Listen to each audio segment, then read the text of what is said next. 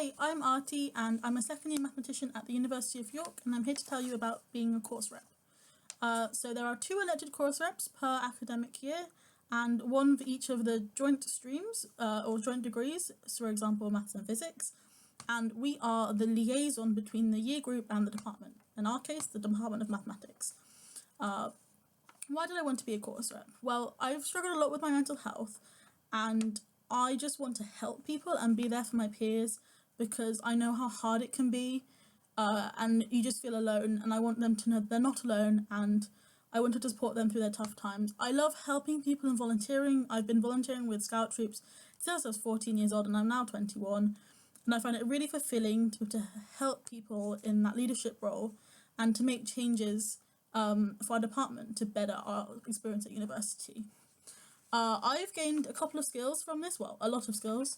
One of them is confidence. As I'll explain later, we go to some big meetings with a lot of lecturers, and addressing 60 plus lecturers in a meeting is really empowering, and able to represent my peers in my department is something really special, and I really have enjoyed that.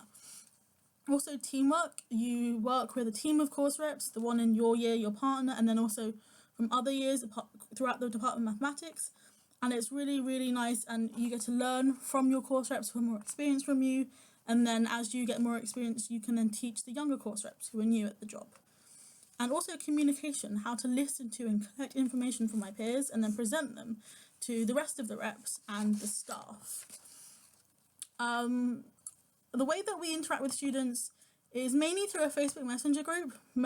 All year groups have a Facebook Messenger group, and that's the best way to communicate with the most students because the majority of pupils are on that list. My year also has a Discord, which is quite new, and that's a good way to also communicate with people. All of the people in my year know that my DMs are always open if they have a problem or an issue, and they can let me know and I'll get back to them and get on it and sort the problem out.